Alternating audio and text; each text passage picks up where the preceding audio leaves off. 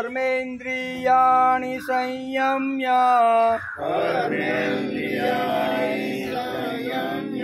कर्मेन्द्रियाणि संयम्य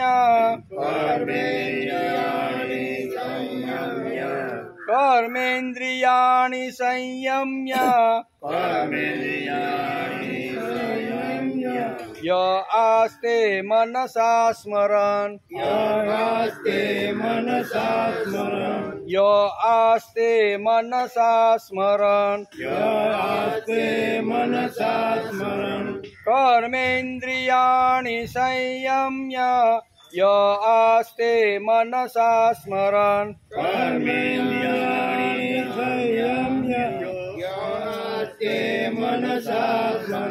कर्मेन्द्रियाणि संयम्य य आस्ते मनसा स्मरन्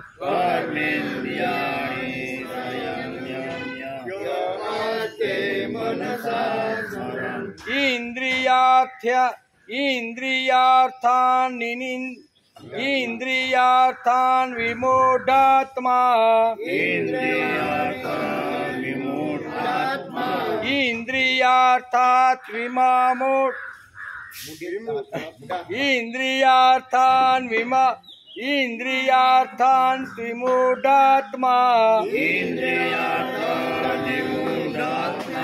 इंद्रियार्थान् निमूढात्मा मिथ्याचार स उच्यते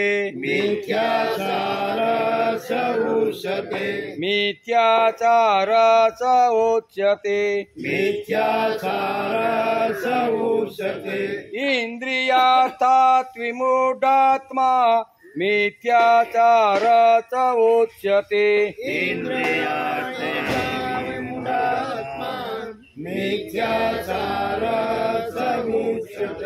इंद्रियार्थान् विमूढात्मा मिथ्याचार च उच्यते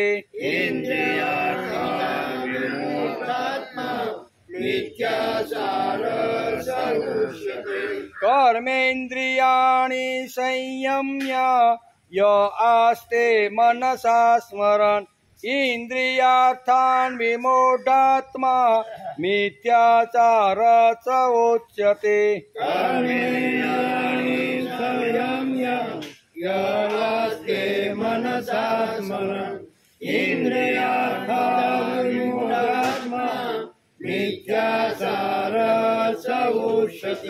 यस्त्विन्द्रियाणि मनसा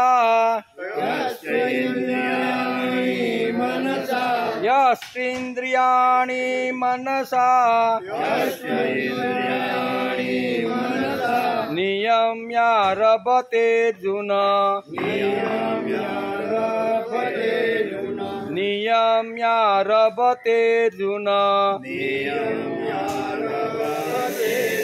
यस्त्विन्द्रियाणि मनसा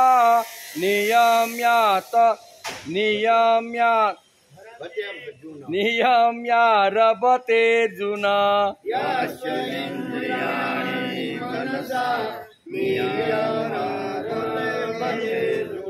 यस्त्विन्द्रियाणि मनसा नियम्यारभतेऽर्जुन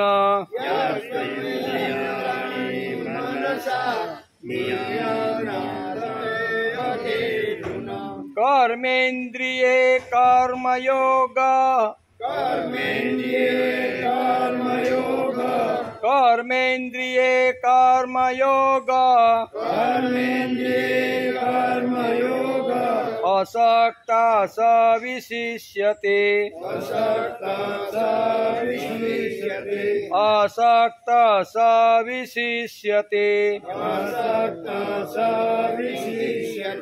कर्मेन्द्रिये कर्मयोग असक्ता स विशिष्यते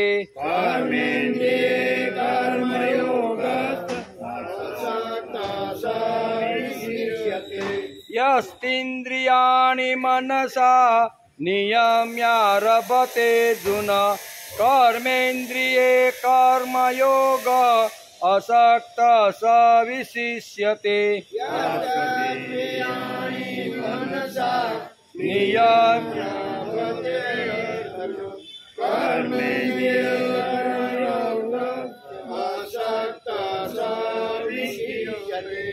હવે 6 ને 7 સાથે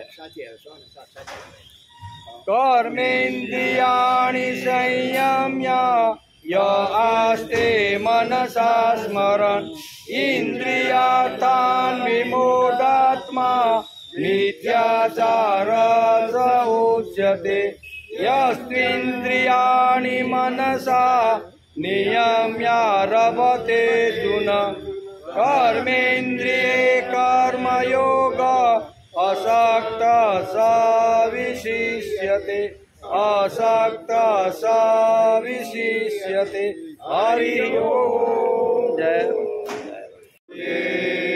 દેવસુતાં દેવં પંચચાણૂરમર્દનં દેવકી પરમાનંદં કૃષ્ણં વંદે જગદ્ગુરુ ગુરુર્બ્રહ્મા ગુરુર્વિષ્ણુ ગુરુદેવો મહેશ્વર ગુરુ સાક્ષાત પરબ્રહ્મ તસ્મૈ શ્રી ગુરુવે નમઃ નારાયણં નમસ્તુભ્યં નરં દેવ નરોત્તમં દેવી સરસ્વતી વ્યાસં તતો જયમુદીરયે તતો જયમુદીરયે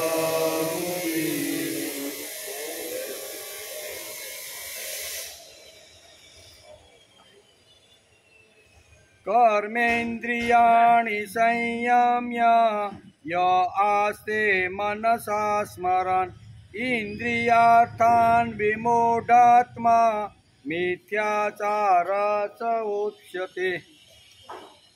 આજે શ્રીમદ ભગવદ્ ગીતા ચિંતન શરૂ થયું એનો 153મો દિવસ, બરાબર ને?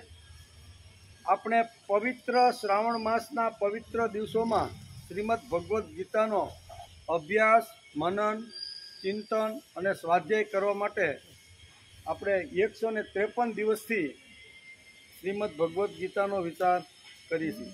આવા પવિત્રતમ માસની અંદર ભક્તિ એક ઉત્તમ સાધન છે, એમ આપણું શાસ્ત્ર કહે છે.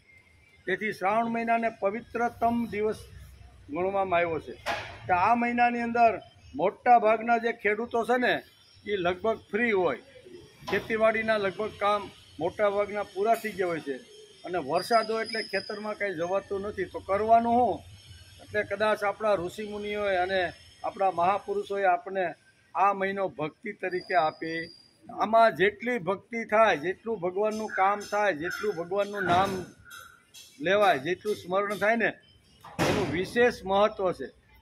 પથ્થરમાં તો બધાની કિંમત છે, પથ્થરમાં, બરાબર ને? આપણે શું કહેવાય, આપણે રાજસ્થાનમાં જાય અને પથ્થર, કોઈ પણ પથ્થર હોય તો પથ્થરની કિંમત તો છે જ, પણ પથ્થરમાંથી મૂર્તિ બનાવ્યા પછી મંદિરમાં એની પ્રતિષ્ઠા 3 દિવસનો યજ્ઞ કરીને કરી ત્યારે એ જ પથ્થરની કિંમત વધે કે નહીં? વધે ને, વધી જ જાય એની કિંમત. કારણ કે સામાન્ય પથ્થર આપણે દાખલા તરીકે આમ તમે અમરકંટકમાં હાલ્યા જાઓ, નર્મદાના કિનારે તો ઘણા બધા ગોળ પથ્થરો આપણને મળે. શિવજીની લિંગ હોય ને એવા અસંખ્ય. આપણે એમ થાય કે કઈ લિંગ ઉપાડું, કઈ મંદિરમાં લઈ જાઉં, અસંખ્ય હોય, પણ એ પૂજનીય છે? પૂજનીય નથી. પૂજનીય ક્યારે થાય? તો કે મંદિરમાં લાવો, 3 દિવસનો યજ્ઞ કરો, પ્રતિષ્ઠા કરો, પછી લોકો એને 2 હાથ જોડીને પગે લાગે. એમાં બધા મહિના પવિત્ર તો છે જ એમ, પણ શ્રાવણ મહિનો, અધિક મહિનો પવિત્ર શા માટે? તો કે એમાં ભગવાન, આ મહિનામાં ભગવાનનો પણ જન્મ છે. સમજો ને, હમણાં જ રવિવારે જન્માષ્ટમી આવે છે, શનિવારે જન્માષ્ટમી આવે છે, બરોબર ને? એટલે ભગવાનનો પણ શ્રાવણ મહિનામાં રાતના 12 વાગે અષ્ટમીના દિવસે ભગવાનનું પ્રાગટ્ય થયું. બહુ સરસ છે. એટલે જેટલી ભક્તિ થાય એટલે આ મહિનામાં ચાતુર્માસમાં, જોકે 12 માસ કરવી જોઈએ, બરાબર ને? આપણે શું કામ છે? બીજું કાંઈ કામ તો નથી. એટલે કહે છે કે શ્રાવણ મહિનો એ પવિત્રમાં પવિત્ર મહિનો છે, અને પવિત્ર મહિનામાં પવિત્ર દિવસે અને પવિત્ર વિચારો, ભગવાનના મુખારવિંદની વાણી સાંભળવીને એ ખૂબ જ મોટી વાત છે. તેથી ભગવાનના મુખારવિંદમાંથી નીકળતી વાણી આપણે રોજ સાંભળીએ છીએ. રોજ 2 શ્લોક આપણે અહીંયા બોલીએ છીએ અને ત્રિકાળ સંધ્યાના ભગવાનના મુખારવિંદમાંથી નીકળેલા 3 શ્લોકી રોજ આપણે શ્રીમદ ભગવદ્ ગીતાના 5 શ્લોકનું રોજ આપણે પારાયણ કરીએ. એ કોઈ સામાન્ય વસ્તુ નથી એમ. કારણ કે એમાં પારાયણ હોય કે લાવવાની કરી નાખીએ, સામાન્ય વસ્તુ નથી એમ. આધ્યાત્મિક ક્ષેત્રમાં ખૂબ જ મહત્વની વાતો છે આ બધી. ગઈકાલે આપણે 3જા અધ્યાયના 5મા શ્લોકનો વિચાર કર્યો, નમસ્કાર કર્યા. કોઈ પણ માણસ કોઈ પણ અવસ્થામાં ક્ષણ માત્ર પણ કર્મ કર્યા વિના રહી શકતો નથી. આખા મનુષ્ય સમુદાયને પ્રકૃતિ જનિત ગુણો સત્વ, રજ અને તમ એ 3 ગુણો માણસને કર્મ પોતાની રીતે કરાવી લે છે. એટલે કર્મની વાત આપણે સમજવાનો પ્રયત્ન કર્યો. શ્રીમદ ભગવદ્ ગીતામાં કોઈ મત એટલે કે કોઈ સંપ્રદાયનો આગ્રહ નથી. માત્ર જીવનના શ્રેય અને જીવનના કલ્યાણ માટે જ ભગવાને આખી ગીતા કીધી છે. એમાં કોઈ સંપ્રદાયને સ્થાન નથી કે આ સંપ્રદાયવાળા વાંચે અને આને જ અધિકાર છે અથવા આના સિવાય બીજા કોઈએ વાંચવી નહીં કોઈ માણસ, એવું નથી. દુનિયાની અંદર કોઈ પણ માણસ કોઈ પણ દેશના કોઈ પણ ખૂણામાં રહેતો હોય તો માનવ માત્ર માટે શ્રીમદ ભગવદ્ ગીતા છે. શા માટે? તો કે જીવના કલ્યાણ માટે, જીવના શ્રેય માટે ભગવાને અર્જુનને નિમિત્ત બનાવી અને તત્વજ્ઞાન અથવા આત્મજ્ઞાન આપ્યું છે. તેથી એનું મહત્વ છે. તેમાં મતભેદ ગીતામાં નથી, પરંતુ આ ભેદભાવ ટીકાકારોમાં છે. કોનામાં? ટીકાકારોમાં છે. ગીતામાં કોઈ ભગવાને કોઈ ભેદ રાખ્યો નથી. એમ શ્રીમદ ભગવદ્ ગીતાના સિદ્ધાંતો પ્રમાણે ચાલવાથી સગુણ અને નિર્ગુણ ઉપાસકોમાં એટલે કે ખટપટ થવાની સંભાવના નથી. એમ ગીતા જો મનથી વાંચીને તો અહીં ઝઘડો નથી. એમ નહીં તો સગુણવાળા કે ના ના અમારો ભગવાન આકારવાળો શ્રેષ્ઠ છે, નિર્ગુણવાળા કે ના ના આકારની કાંઈ અમને જરૂર. નિર્ગુણ નિરાકાર અને સગુણ સાકારનો અહીંયા કોઈ ભેદભાવ નથી. જ્યારે જરૂર પડે ત્યારે નિર્ગુણ નિરાકાર સગુણ સાકાર રૂપ લઈ અને આવ્યા છે. એટલે એના 24 અવતારો ભારતમાં માનવામાં આવે કે જ્યારે જ્યારે જેવી રીતના જે રૂપની અંદર જરૂરિયાત પડે ત્યારે ભગવાનની અવતાર લઈને સગુણ સાકાર રૂપે થઈને આવે છે, નિરાકાર નથી. એમ કે શ્રીમદ ભગવદ્ ગીતામાં અર્જુને નિમિત્ત બનાવી સાધકને સમગ્ર શ્રેય તરફ, કલ્યાણ તરફ લઈ જાય છે. સગુણ નિર્ગુણ સાકાર નિરાકાર એટલે કે દ્વિભુજ અને ચતુર્ભુજ, સહસ્ત્રભુજ વગેરે બધા રૂપો સમગ્ર પરમાત્માના અંતર્ગત છે. આ બધા રૂપ કોના છે? ભગવાનના. કારણ કે હરિ તારા નામ છે 1000. આ બધા રૂપ કોના છે? તો કે અંતર્ગત ભગવાનના છે. 500ની નોટની અંદર જેમ બધા આવી જાય, 100 રૂપિયાની નોટ આવે, 200ની આવે, 500 શું કહેવાય 50 રૂપિયાની આવે કે નહીં, 20ની આવે, 10ની આવે. 500ની નોટ એટલે અલગ નાના, મારા ખિસ્સામાં તો કાંઈ 10 રૂપિયા છે નહીં, પણ એ 10 રૂપિયા તારી 500ની નોટમાં આવી જાય છે. એમ શ્રીમદ ભગવદ્ જે ગીતા છે ને એમાં સમગ્ર તય આવો શબ્દ આપણા શાસ્ત્રકારોએ વાપર્યો છે. એકવાર શ્રીમદ ભગવદ્ ગીતાનો માણસ મનન ચિંતન અને અભ્યાસ કરી લે તો એમાં બધી જ પ્રકારના જે જ્ઞાન શું કહેવાય જ્ઞાન, કર્મ અને ભક્તિ 3નો સમાવેશ એની અંદર થઈ જાય છે. સમગ્ર રૂપમાં કોઈ પણ રૂપ બાકી રહેતું નથી. કોઈ પણ દેવતાની ઉપાસના કરો, તમામ ઉપાસનાઓ સમગ્ર રૂપની અંતર્ગત પ્રભુને મળી જાય છે. ગમે ત્યાં દેવતા લ્યો, આપણા ઘણા બધા દેવતાઓ છે આ જગતની અંદર, બરાબર? તો કોઈ પણ દેવતાને ઉપાડો અને એની સાધનાને ઉપાસના કરો તો ઉપાસક જે સાધના કરે છે અને ઉપાસના થઈ ગયા પછી એનું જે કાંઈ જે છે તત્વ એ ભગવાનને મળી જાય છે. સમગ્ર દર્શન, સંપૂર્ણ દર્શન સમગ્ર રૂપની અંતર્ગત આવી જાય છે. આથી સર્વ કોઈ પરમાત્માની અંતર્ગત છે. પરમાત્મા સિવાય લેશ માત્ર કંઈ જ નથી. તેથી શ્રીમદ ભગવદ્ ગીતા આ જ ભાવથી ભરપૂર છે. નકર તો ભગવાન કેદુના દ્વારકા વયા ગયા. પણ અર્જુન ઉપરનો ભાવ છે, ગમે તેવા આડાઅવળા પ્રશ્ન પૂછે છે પણ ભગવાન અહીંયા જવા માગતા. શા માટે? તો કે અર્જુન ઉપર એને હૃદયનો ભાવ છે. તેથી આપણે શ્રીમદ ભગવદ્ ગીતાના 3જા અધ્યાયની અંદર પહેલા અને બીજા 2 શ્લોકની અંદર અર્જુનના પ્રશ્નો છે, બરાબર? એ સમજવાનો આપણે પ્રયત્ન કર્યો કે 2 શ્લોકની અંદર અર્જુને ભગવાનને પ્રશ્ન કરેલા છે. પ્રશ્ન કરેલા, કર્મ કરતા જ્ઞાન શ્રેષ્ઠ છે તો તમે યુદ્ધરૂપી કર્મમાં મને કેમ જોડો છો? આ પહેલો પ્રશ્ન. બીજો, તમારા આવા મિશ્રિત વચનોથી મારી બુદ્ધિ મોહિત થઈ ગઈ છે. આ બીજી શંકા હતી. કોની? અર્જુને જે 2 શ્લોકે શંકા ભગવાનની સામે રજૂ કરી કે ભગવાન તમે બીજા અધ્યાયની અંદર સાંખ્યશાસ્ત્ર અને યોગશાસ્ત્રની વાત કરી, પણ મને બરોબર એનો અર્થ મારી બુદ્ધિમાં હજી ઉતરતો નથી. એટલે એ એમ કરીને ભગવાનને અહીંયા ઘણી મૂંઝવતી વાતો, શંકાઓ અર્જુન ભગવાનને પૂછે છે. એમાં પહેલી વાત પૂછી કે કર્મ કરતા જ્ઞાન જો શ્રેષ્ઠ હોય તો મને જ્ઞાનની અંદર જોડી આપો, મારે કર્મ કરવું નથી. પહેલી શંકા અર્જુને હતી. બીજી વાત કહે છે કે આવી મિશ્રિત ભાષા, ક્યારેક તમે જ્ઞાનની ઉપાસનાની શ્રેષ્ઠતા સમજાવશો અને ક્યારે અહીંયા કર્મયોગની શ્રેષ્ઠતા સમજાવો છો. ત્રીજી વાત છે, મને માથા કાપવાથી ભયાનક અને ઘોર પાપ લાગશે, તો તમે મને શા માટે કર્મ કરીને ઘોર કર્મની અંદર તમે મને જોડી રહ્યા? આ ત્રીજી શંકા એની હતી. એનું પણ નિવારણ ભગવાને 3, 4 અને 5માં 3 શ્લોકની અંદર અર્જુનના જે કાંઈ પ્રશ્ન હતા ને એ દરેક પ્રશ્નનો ભગવાને સરસ રીતે જવાબ આપ્યો છે. તમે આવા મિશ્રિત વાક્યો શા માટે કહી રહ્યા છો? બેમાંથી એક મારા માટે જે કલ્યાણકારક હોય, શ્રેય શબ્દ વાપર્યો છે આ શ્લોકમાં, બરાબર ને? બીજા શ્લોકની 3જા અધ્યાયના બીજા શ્લોકમાં શ્રેય એટલે કલ્યાણ. તમે આવી મિશ્રિત વાત કરીને મને ભમાવી રહ્યા છો, મારા મનને શું કહેવાય ગોળ ગોળ ફેરવી રહ્યા છો. તેથી બેમાંથી એક વાત તમે કહો કે શેમાં મારું કલ્યાણ છે. મૂળ વાત અર્જુનની અહીંયા એ છે કે કલ્યાણ જ ઈચ્છે છે, બીજું કાંઈ નહીં. મારું શ્રેય, મારું કલ્યાણ શેમાં છે?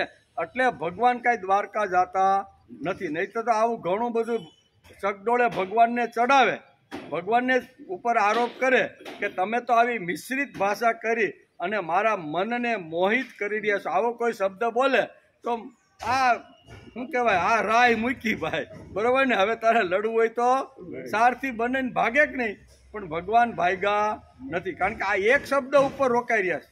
અર્જુને કીધું કે હે ભગવાન, મારું શ્રેય કેમાં છે, મારું કલ્યાણ કેમાં છે? ને હું ભલે ગમે તેવા આડાઅવળા પ્રશ્નથી તમને આવી રીતનું કરું, પણ મારું કલ્યાણ શેમાં છે ને એ તમે મને કહો.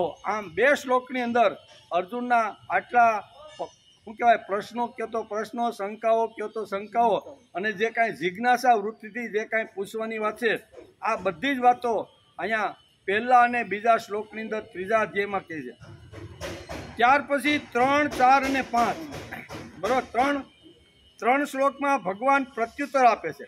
આ જે પ્રશ્ન હતા ને એ બધા જ પ્રશ્નનો પ્રત્યુત્તર ભગવાન અર્જુનને આપે છે કે હે નિષ્પાપ અર્જુન, મનુષ્ય લોકમાં 2 પ્રકારની નિષ્ઠા પૂર્વે, એટલે જે વખતે સૃષ્ટિનું ઉત્પત્તિ મેં કરીને એ સમયે 2 પ્રકારની નિષ્ઠાઓ પણ સાથે ઉત્પન્ન કરેલી છે. એક જ્ઞાન નિષ્ઠા છે અને બીજી કર્મનિષ્ઠા. કર્મનિષ્ઠા અને જ્ઞાન નિષ્ઠા 2 પ્રકારની નિષ્ઠા. આ પૃથ્વીની જ્યારે ઉત્પત્તિ કરી, સર્જન કર્યું, આખા વિશ્વનું જ્યારે મેં આખું બ્રહ્માંડનું નિર્માણ કર્યું ને એ વખતે 2 પ્રકારની નિષ્ઠા મેં તને એ વખતે ઉત્પન્ન કરી ત્યારે મેં ઊભી કરી હતી. અને એ જ વાત મેં તને બીજા અધ્યાયની અંદર સાંખ્યશાસ્ત્રના અધ્યાયની અંદર મેં તને આ 2 વાતો કીધી. આમાં ભેળસેળવાળી વાત જ ક્યાં છે? તને લાગે છે કે આ ભેળસેળી વાત છે? ભેળસેળી વાત હું કરતો નથી. આ સૃષ્ટિનું સર્જન વખતે તો આવી રીતની 2 વાતો મેં કીધેલી છે, એ તું મારી પાસેથી સાંભળ. 2 પ્રકારની નિષ્ઠા મારા વડે પહેલાં કહેવાય ચૂકી છે. અને કહીએ પછી જ્ઞાનીઓની નિષ્ઠા જ્ઞાનયોગ દ્વારા અને યોગીઓની નિષ્ઠા કર્મયોગ દ્વારા. આ પણ વાત મેં તને આ 2 વાતો મેં તને ઘૂંટી અને વારંવાર તને 20 શ્લોકમાં કીધી. 11મા શ્લોકથી ભગવાને કહેવાની શરૂઆત કરી, બરોબર, તત્વજ્ઞાન, અને 30મા શ્લોક સુધી એને આ બધી વાતો એને સમજાય કે મેં ઘૂંટી અને આત્મજ્ઞાન, તત્વજ્ઞાન, જ્ઞાન નિષ્ઠા, ભક્તિ નિષ્ઠા, જે કાંઈ કર્મયોગ છે ને આ બધી જ વાતો મેં તને સાંખ્ય યોગની અંદર મેં તને સમજાવી છે. તારે તું સમજી ન શકે એમાં ભાઈ હું કરું? ભગવાન કે તું મેં તો બધી આ બે પ્રકારની નિષ્ઠા પહેલેથી જ કીધી છે. કાંઈ આજે તારી સામે અહીંયા ઊભો છો ને કહું છો એવી વાત નથી. આ તો જ્યારે સૃષ્ટિની ઉત્પત્તિ થઈ ત્યારથી કહેતો આવ્યો છું. જ્ઞાનીઓની નિષ્ઠા જ્ઞાનયોગ દ્વારા અને કર્મયોગીઓની નિષ્ઠા કર્મયોગ દ્વારા મેં પહેલેથી જ કહી રાખી છે. કર્મનો આરંભ કર્યા વગર માણસ નૈષ્કર્મ્ય સિદ્ધિને પામતો. કારણ કે હવે ભગવાન મારે કર્મ કરવું નથી. મને જ્ઞાન શ્રેષ્ઠ લાગે છે, તેથી હું જ્ઞાનની ઉપાસના કરી અને મારી જિંદગી હું પૂરી કરીશ. આવો પ્રશ્ન જ્યારે બીજા શ્લોકની અંદર કહે છે, ત્યારે આ શ્લોકમાં અહીંયા ભગવાન 5મા શ્લોકમાં જવાબ આપે છે કે કોઈ પણ માણસ આ જગતની અંદર આવે છે એટલે કર્મ કર્યા વગર રહી શકતો. કોઈ કે હું કાંઈ કરતો જ નથી, તો એ બધી ખોટી વાત છે. એને આપણે ગઈકાલે સમજવાનો પ્રયત્ન કર્યો કે કર્મ વગર માણસ રહી શકતો નથી. શાંતિથી ખુરશી ઉપર આપણે 7 વાગે નીચે ઉતરી જાય એપાર્ટમેન્ટમાંથી અને 1 કલાક ખુરશી ઉપર બેસીને આપણે હું બાબા તો કે શાંતિથી બેઠો નવરો નથી. ખુરશી ઉપર બેઠા છીએ તો આપણે અંદરની જે ક્રિયાઓ છે ને એ કર્મ તો અંદર થતું રહેલું છે, બરોબર. એ કર્મ તો આપણે જાગતા હોય, સૂતા હોય, બેઠા હોય, ખાતા હોય, પીતા હોય તો એ કર્મ તો ચાલુ છે. તેથી કર્મ વગર આ પૃથ્વી ઉપર ક્યારે એક ક્ષણ માત્ર, ગઈકાલે આપણે જોતા હતા કે કર્મ વગર એક ક્ષણ માત્ર પણ મનુષ્ય આ જગતમાં રહી શકતો નથી. એમ ભગવાન અહીંયા કર્મનો ત્યાગ કરવાની જ્યારે અર્જુન વાત કરે છે ત્યારે ભગવાન એને આ શ્લોકમાં આ જવાબ એનો પણ આપણે વિચાર કર્યો. કર્મનો આરંભ કર્યા વગર માણસ નૈષ્કર્મ્ય સિદ્ધિને પામતો નથી. કર્મનો આરંભ તો માણસે કરવો પડે તો જ નૈષ્કર્મ્ય સિદ્ધિ એટલે પ્રભુ બ્રહ્મ સુધી જો પહોંચવાનું હોય તો કર્મ કર્યા વગર છૂટતો નથી. એમ અહીં અર્જુનનું કહેવાનું. કર્મનો આરંભ કર્યા વગર માણસ નૈષ્કર્મ્ય સિદ્ધિને પામતો નથી. કર્મનો ત્યાગ કરીને સિદ્ધિ મળતી નથી. કોઈ પણ માણસ કોઈ પણ અવસ્થામાં ક્ષણ માત્ર પણ કર્મ કર્યા વિના રહી શકતો નથી. તેથી પ્રકૃતિ જનિત ગુણો કર્મ કરાવી લે છે. આમ ભગવાને 5મા શ્લોકની અંદર એને જવાબ આપી દીધો. આ 3, 4 અને 5 એ 3 શ્લોકની અંદર મૂંઝવતા પ્રશ્નો શંકાઓ જે કાંઈ હતી ને એનું ભગવાને સમાધાન કરવાનો પ્રયત્ન કર્યો. ભગવાન અંતર્યામી છે. કેવા? આપણે એને કહી કે ન કહી પણ આપણા મનની અંદર ચાલતી રહેલી બધી જ જે વાત છે ને એ અંતર્યામી ભગવાન બરોબર જાણે છે. ભગવાન બેઠા બેઠા વિચાર કરે છે કે આ મેં સમાધાન તો 3 શ્લોકની અંદર કરાવી દીધું પણ હજી આના મનમાં કંઈક પ્રશ્ન ઉથલ પાછળ કરી રહ્યો છે, કંઈક શંકાઓ આવી રીતે થઈ રહી છે. એમ ભગવાન અંતઃકરણથી અર્જુનના મનની વાત જાણી લે છે. અને શું કહે છે? આ જવાબથી ફરી અર્જુનના મનમાં એક બીજી શંકા ઊભી થઈ. 3નું સોલ્યુશન તો બરોબર એને ભગવાન પાસેથી સાંભળી લીધું પણ એના મનમાં એક પાછી બીજી શંકા ઊભી થઈ છે. તે અંતર્યામી ભગવાન બરોબર જાણી ગયા. ભગવાનને જોયું કે મેં જે કીધું એ બરાબર એની જ્ઞાન નિષ્ઠા અને કર્મ નિષ્ઠા એના મગજમાં ભેજામાં બેઠી કે નહીં. તો બેઠી હોય તો ભગવાને એના અંતર તરફ ધ્યાન રાખ્યું તો ભગવાન એના મૂંઝવણ જોઈ ગયા. આ અંગે એ શંકા થઈ કે મનુષ્ય ઇન્દ્રિયોની ક્રિયાઓને બળપૂર્વક રોકીને પણ પોતાનો નિષ્ક્રિય એટલે કે પોતાને નિષ્ક્રિય માની લે છે. તો આમાં મારે શું સમજવું? કોઈ સાધક હોય બરોબર તો એ પોતાની બહારની જે ઇન્દ્રિયો છે એને સંયમિત રાખી અને જીવન જીવવાનો પ્રયત્ન કરે છે. પણ મનની અંદર મન પણ એક ઇન્દ્રિય છે. એ મનની અંદર હાલતી રહેલી જે કામનાઓ છે, વાસનાઓ છે, ભોગની જે તૃષ્ણાઓ છે એ બધી હાલે છે. એનું શું કરવાનું? બહારથી તો બહારના વિષયોને આ ઇન્દ્રિયો જીતી લીધા. ચાલો ચાતુર્માસ હાલે છે એટલે મારે 1 મહિના સુધી 1 ટાણું કે આખા 3 મહિના સુધી મારે આટલું વ્રત છે.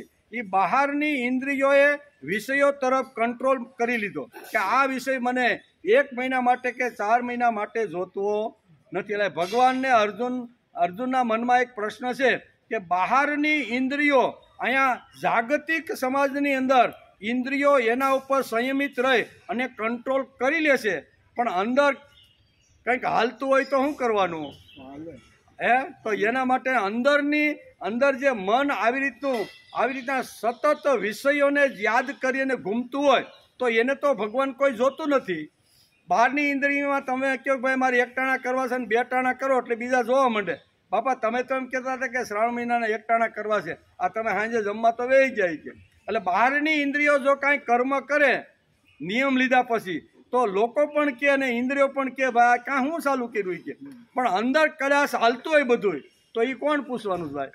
એટલે અર્જુનનો પ્રશ્ન એ છે કે બહારથી ઘણીવાર માણસ વિષયો ઉપર આવી રીતનું આધિપત્ય રાજ્ય મેળવી લે છે, પણ મનની અંદર ઘૂમતા રહેલા જે વિષયો છે એ વિષયોને કેવી રીતે કંટ્રોલ કરી શકાય? આ મનની અંદર અર્જુનના મનનો એ પ્રશ્ન હતો અને ભગવાન એને 6થા શ્લોકની અંદર આ પ્રશ્નના જવાબની આપે છે કે બહારની ઇન્દ્રિયો જે શક્તિશાળી છે એ કદાચ સંયમિત રીતે રહીને કંટ્રોલ માણસ 1 મહિના સુધી કે 4 મહિના સુધી રાખી શકે, પણ અંદર તો હાલે છે કે જેવો શ્રાવણ મહિનો પૂરો થાય, શ્રાવણ મહિનાનો છેલ્લો અમાસ હાલતી હોય અને આવતીકાલે ભાદરવો બેસે ને એટલે ભજીયા ઉપર તૂટી જ પડવું છે, તો અંદર તો હાલે છે. શ્રાવણ મહિનાના છેલ્લા દિવસોની અંદર એમ થાય છે કે ક્યારે શ્રાવણ મહિનો પૂરો થાય. શ્રાવણ મહિનો પૂરો થાય 1 મહિના સુધી ભાદરવા મહિનાના પહેલા દિવસે મળવાના છે. એટલે 2-3 દિવસ અગાઉથી મનની અંદર આ બધી કામના ને વાસના ઊભી થઈ કે નહીં? અર્જુનનો પ્રશ્ન એ છે કે બહારથી બધા જોવે છે એટલે નાના કા મહાત્મા છે, સંત છે, આવી રીતના છે, પણ અંદર કાંઈ વિષયો હાલતા હોય તો શું કરવાનું? અંદર જો તો એને તો કોઈ જોઈ શકતું નથી ભગવાન. તો આના માટેનો ઉકેલ હું એમ આવો પ્રશ્ન અર્જુન ભગવાનને પૂછે છે અને 6થા શ્લોકની અંદર ભગવાન અર્જુનના આ પ્રશ્નનો જવાબ શું કહે છે? કર્મેન્દ્રિયાણિ સંયમ્ય આસ્તે મનસા સ્મરણ ઇન્દ્રિયાર્થાનિ વિમૂઢાત્મા મિથ્યાચાર ઉચ્યતે. ભગવાન બહુ સરસ રીતે અર્જુનને 6થા શ્લોકની અંદર મનમાં મૂંઝવતો જે પ્રશ્ન છે એનો જવાબ આપતા ભગવાન બોલે છે કે હે અર્જુન જે કર્મેન્દ્રિયો ને બધી ઇન્દ્રિયોને હઠપૂર્વક રોકીને મનથી ઇન્દ્રિયોના વિષયોનું ચિંતન કરતો રહે છે તે મૂઢ બુદ્ધિનો મનુષ્ય મિથ્યાચારી, ઢોંગી અને દંભી કહેવાય છે. કેવો? બહારથી ઇન્દ્રિયો દ્વારા શું કહેવાય વાસનાને, કામનાને અથવા ભોગને એ કંટ્રોલ કરી શકે, પણ અંદર બધું જે હાલતું હોય તો એ જે કરતો રહેલો છે ને એને તારે મિથ્યાચારીમાં દંભ આવે, ઢોંગ આવે, બધું આવે, ઘણું બધું મિથ્યાચારીમાં આવે. એવું ભગવાન થોડાક કડક થયા હોય ને એવું આ લાગે છે કે આવા મિથ્યાચારી ઢોંગી માણસો જે છે ને એ આવી રીતના મનને અંદર છેતરીને અનેક પ્રકારની કામનાઓ મનમાં ઊભી કરે છે. બહારથી તો લાગે પવિત્ર છે, પગે લાગવા જેવો છે, કારણ કે એવો એને વેશ ધારણ કર્યો હોય ને તો પગમાં ન પડવાનું હોય તો આપણે પડવાનું. એટલે બહારની ઇન્દ્રિયો પર એને વિજય મેળવ્યો છે, પણ અંદર સતત આવી રીતની બીજી કાંઈ કામનાઓ જો ઘૂમતી હોય તો ભગવાન એમ કે આવા જે લોકો છે ને એ બધા ઢોંગી અને મિથ્યાચારી છે, બધા દંભી છે. કેવા? ભગવાને બધાનું વસ્ત્ર છેલ્લે ગીતા વાંચ્યું ને છેલ્લે બધાનું વસ્ત્રહરણ કર્યું છે, એકનું કર્યું છે. એવું જે સમાજમાં ઢોંગી છે અથવા પાખંડી છે અથવા મિથ્યાચારી છે ને એ બધાને ભગવાને એના શું કહેવાય વસ્ત્રહરણ કરીને બધાના કપડાં કાઢી નાખ્યા છે. અહીંયા પણ કહે છે કે આવા જે બહારથી દેખાવેનો સારો હોય કે મેં બધી વિષયો ઉપર કંટ્રોલ મારી ઇન્દ્રિયો દ્વારા મેં કર્યો છે, પણ અંદર અનેક પ્રકારની વાસના, કામના અને આવી રીતનું હાલતું હોય છે. તો એનું હું એવો પ્રશ્ન જ્યારે પૂછે છે ત્યારે ભગવાન કહે છે કે અંદર સતત જો આવી રીતની વૃત્તિ હોય ને તો આવા મિથ્યાચારી, ઢોંગી અને આ બધા દંભી લોકો છે. બહારથી ગમે તેટલા ઉજળા હોય તો પણ જે કર્મેન્દ્રિયોને બધી ઇન્દ્રિયોને હઠપૂર્વક રોકીને મનથી ઇન્દ્રિયોના વિષયનું ચિંતન કરે. કેવું? મનથી ઇન્દ્રિયોની અંદર જે મન છે ને એનું ચિંતન કરે, ચિંતન કરતો રહે છે તે મૂઢ બુદ્ધિનો મનુષ્ય મિથ્યાચારી અર્થાત દંભી અને પાખંડી છે. બહુ સરસ રીતે ભગવાન અહીં કોઈને છોડવાના નથી. જેમ આગળ જાઉં ને દુનિયાના કોઈ પણ માણસ હશે ને એ બધાને એક સ્પષ્ટ વાત કેવળ આ દુનિયામાં જો કંઈ હોય ને તો એ ભગવાન જ છે. એ સ્પષ્ટ કહી શકે કે ભાઈ તું આવી રીતનો છે. તેથી અહીંયા કર્મેન્દ્રિયની વાત છે. કર્મેન્દ્રિયાણી સંયમ્ય એટલે 5 કર્મેન્દ્રિય, 5 જ્ઞાનેન્દ્રિય અને 11મું મન. આ 11 પ્રકારની જે ઇન્દ્રિયો છે એનું વર્ણન ભગવાને આ શ્લોકની અંદર સમજાવી અને આ અંદર અંતઃકરણની અંદર જે ચાલતી રહેલી જે મનની જે વાસનાને કામના જે કંટ્રોલ કરતો નથી, બહારથી કરી લે પણ અંદર તો બધી હાલે છે, આ બધા મિથ્યાચારી અને ઢોંગી છે. તો કહે છે કે 5 કર્મેન્દ્રિય કઈ 5 કર્મેન્દ્રિય અને 5 જ્ઞાનેન્દ્રિય. તો 5 કર્મેન્દ્રિય એટલે કઈ કર્મ દ્વારા જે થાય, દાખલા હાથ છે, પગ છે, વાણી છે, ગુદા છે અને પાયું. આ જે 5 પ્રકારના જે કર્મ છે ને એ 5 કર્મેન્દ્રિય છે. આનાથી કર્મ માણસનું થાય છે. એટલે કે 5 કર્મેન્દ્રિય અને એની સાથે 5 જ્ઞાનેન્દ્રિય. 5 જ્ઞાનેન્દ્રિય એટલે કોઈ તો કે શ્રોત્ર. શ્રોત્ર એટલે કાન, કાનથી સાંભળવું. આ પણ ઇન્દ્રિય છે ને. કાન, ત્વચા એટલે ચામડી, પછી નેત્ર આંખથી જોવું, પછી રસના એટલે જીવ ઉપર કોઈ પણ સ્વાદ ચાખવાનું હોય બરોબર એને રસના કહે છે, અને ઘ્રાણ એટલે નાકથી સૂંઘવું. આને કહેવાય જ્ઞાનેન્દ્રિય. 5 જ્ઞાનેન્દ્રિય અને 5 કર્મેન્દ્રિય અને 11મું જે મન છે ને એ આ શ્લોકની અંદર ભગવાન આપણને આ વાતો સમજાવવાના છે કે આ પૃથ્વી ઉપર આવી રીતના 5 જ્ઞાનેન્દ્રિય, 5 કર્મેન્દ્રિય અને 11મું જે મન છે ને એ મનની સ્થિતિ અંદર કેવી રીતની છે ને એનું વર્ણન ભગવાને અત્યારે આ શ્લોકમાં કર્યું છે. કર્મયોગ માનવી જીવનનો સ્થાયી ભાવ છે. તેથી કર્મયોગ કરો, ભક્તિથી કરો અને સમજદારીથી કરો. કર્મયોગ કરવાનો પણ ભક્તિથી અને સમજદારીપૂર્વક કોઈ પણ કર્મ કરીએ તો એ આપણી આ યોગ થઈ જાય છે, ભક્તિ થઈ જાય છે. કર્મ કરવા માટે આપણે પરવશ છીએ. પરવશ 2 પ્રકારના છે. પરવશ એટલે પરતંત્ર, બરાબર ને, સ્વતંત્ર અને પરતંત્ર. સ્વતંત્રતા દિન આવે છે ને કાંઈ એટલે બધા સ્વતંત્ર અને કોઈની ઉપર આપણે ભારતને જ્યારે આઝાદ કર્યા ને એને આપણે સ્વતંત્રતા કહી. પણ ઘણા વાત એવી હોય છે કે જે પરતંત્ર હોય છે. અહીં કહે છે ને કે કર્મ કરવા માટે આપણે બધા પરવશ છીએ. પરવશ 2 પ્રકારના હોય છે. સામાન્ય માણસ ગુણોથી પરવશ થાય છે અને જ્ઞાની માણસ ગુણાતીતથી પરવશ થાય છે. 2 પ્રકારના પરવશ. એક સમજીને કરે છે અને એક ગુણો પરાણે. સત્વ, રજ અને તમ આ 3 જે ગુણો છે ને એ બળજબરીપૂર્વક માણસની અંદર આ પરવશ થઈને બધા કર્મો કરાવે છે. સામાન્ય માણસ સુખી થવા માટે કર્મ કરે છે, ગુણાતીત ભગવાનના માટે કરે છે. આટલો તફાવત છે. પ્રકૃતિના પરવશ કે પ્રભુના પરવશ માણસે રહેવું જ પડે છે. એમાં છૂટકો કાં તો ગુણોનો પરવશ થઈ જાય. પરવશ થયા વગર માણસ જીવી શકતો નથી. તેથી તો અહીંયા તુલસીદાસ અને રત્નાવલીનો જે વખતે સંવાદ થયો એમાં આ સંવાદ થયો છે, બરાબર. કારણ કે જ્ઞાની હતા, પંડિત હતા, વિદ્વાન હતા, બરાબર ને.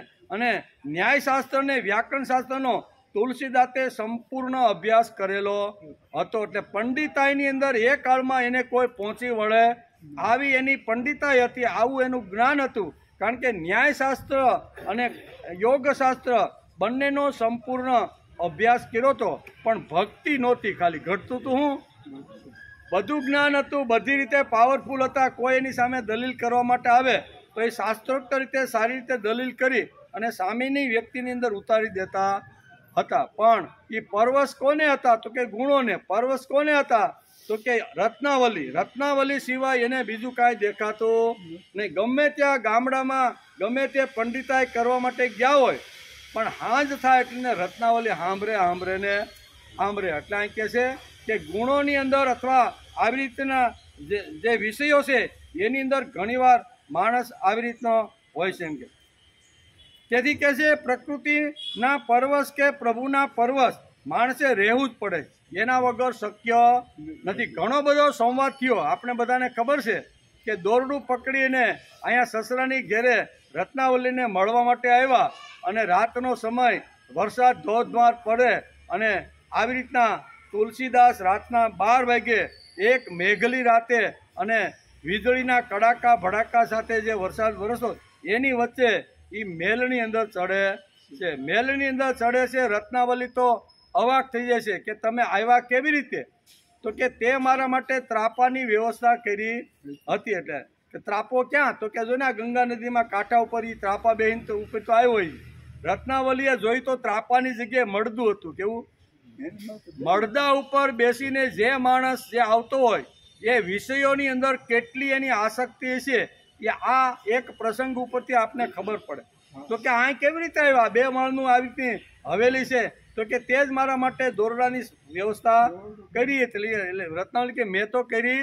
દોરડું જોવા જાય તો સર્પ લાંબો થઈને સર્પને દોરડું સમજી અને તુલસીદાસ રત્નાવલી પાસે પહોંચી જાય છે. આખી રાત ચર્ચા હાલે છે, બરોબર ને, કારણ કે તુલસીદાસ બુદ્ધિશાળી હતા, એકદમ પારંગત થયેલા ન્યાયશાસ્ત્ર અને આવી રીતનો જે શાસ્ત્રો છે ને સંપૂર્ણ એણે અભ્યાસ કરેલો.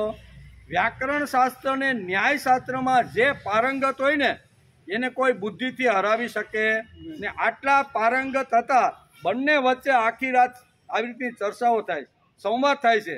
અને સંવાદને અંતે અહીંયા સવારના સમય થવા આવ્યો ત્યારે રત્નાવલી કહે છે કે તમે મારી પાછળ આટલા પરવશ થઈ ગયા છો, મારી પાછળ એટલા બધા આસક્ત થઈ ગયા છો, અને આસક્ત થવાથી તમારું અધપતન નક્કી છે. કારણ કે આ શરીર હાડ માંસનું બનેલું છે, અને હાડ માંસના શરીર પાછળ તમારા જેવો વિદ્વાન, તમારા જેવો જ્ઞાની, તમારા જેવો આવી રીતનો મોટા બધા શાસ્ત્રોનો અભ્યાસ કરેલો જે આવી રીતનો યુવાન હોય ને એ કોઈ દિવસ કોઈની પરવશતા સ્વીકારતો નથી. તમે મારી પરવશતા સ્વીકારી.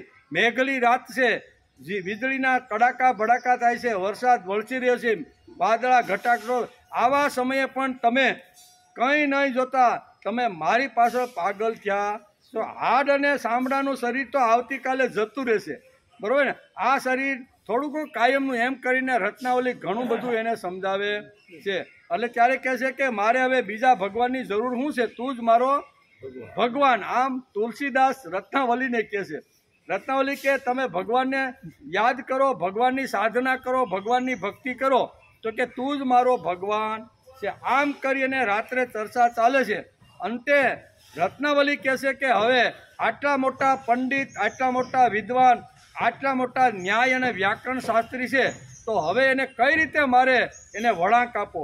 એમ કરી અને અહીંયા પરવશતાની એક વાત કરી અને કહે છે કે માણસે કોઈ પણનો આધાર તો લેવો પડે છે. કાં તો વિષયોનો આધાર લે, કાં તો ગુણોનો આધાર લે, અને કાં તો ભગવાનનો કે ભક્તિનો આધાર. ભક્તિ અને ભગવાન અથવા વિષયોના આધાર વગર માણસના 100 વર્ષ ક્યારેય પૂરા થતા. આધાર તો કોઈને કોઈ જોઈ આધાર વગર માણસ જીવી શકતો નથી. એટલે રત્નાવલી કહે છે કે તમે આવા જે નાશવંત શરીરનો જે આધાર લઈ અને તમે મારી પાછળ આવી રીતની કામના વાસનાથી દોડતા રહેલા છો, એના કરતાં તમે ભગવાનનો આધાર લ્યો, ભક્તિનો આધાર લ્યો. તું જ મારો ભગવાન ને તારાથી કોઈ મોટી ભક્તિ આ જગતમાં. આવી ઘણી બધી દલીલ તુલસીદાસ સાથે કરે છે તુલસીદાસ. પણ અંતે પછી રત્નાવલી કહે છે કે હવે આધાર જ જો લેવાનો હોય તો આવા નાશવંત શરીર કરતાં તમે જે અવિનાશી છે ને એની સાથે તમારો જો સંયમ થઈ જાય, તમારો યોગ થઈ જાય ને, તો તમારું જીવન એકદમ પવિત્ર અને દિવ્ય બની જાય છે. આવી બધી ઘણી બધી ચર્ચા થયા પછી આધાર જ લેવાનો હોય તો તમે ભગવાન રામનો આધાર લ્યો, ભગવાનની ભક્તિનો આધાર લ્યો, ભગવાને જે કાંઈ કર્મ કર્યા છે ને એનો આધાર લઈને તમે જીવવાનો પ્રયત્ન કરો. અને એ વખતે મેણા ટોણાથી કોઈ દિવસ વિદ્વાન જ્ઞાની પુરુષ બદલતો. ખૂબ જ વિદ્વાન હોય, ખૂબ જ જ્ઞાની માણસ હોય, એને મેણા ટોણા મારો એટલે કાંઈ બદલે. એની પાસે ટોચની બુદ્ધિ છે, એને બુદ્ધિથી માણસે કન્વિન્સ કરવાનો પ્રયત્ન કરવો.